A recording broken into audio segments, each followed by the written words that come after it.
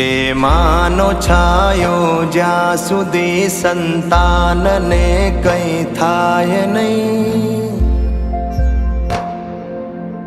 છે માનો છાયો જ્યાં સુધી સંતાનને કંઈ થાય નહીં, ભલે કઈ અક્ષર માનો તો એ શબ્દમાં વર્ણાય નહીં।